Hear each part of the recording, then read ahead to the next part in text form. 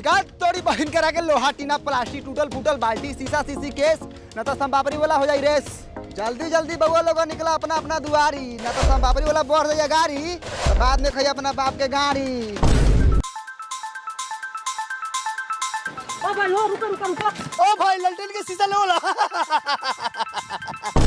लेवेला तो सब चीज ले होता नहीं कद के ले बड़े हट। ओ भाई है कैसे हुआ तन कलाओ तो भाई बिना पूछ ले का तू ले रे साला पैसा हो पहले चलो मोहल्ले है का रे हराम में मांगे हुआ का।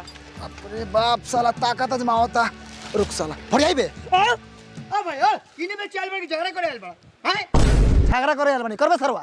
हां तो उतर कर ले बच के ना जेबे गौवा से हमरा। हां तो कहिए ले हम साला हिम्मत कर ले के बानी। ओ भाइयों चलो हमर दुआर पर बहुत ले कचरा बा घर में। साला हम कचरा उठाने वाले लगता है रे मतारी की बेटा।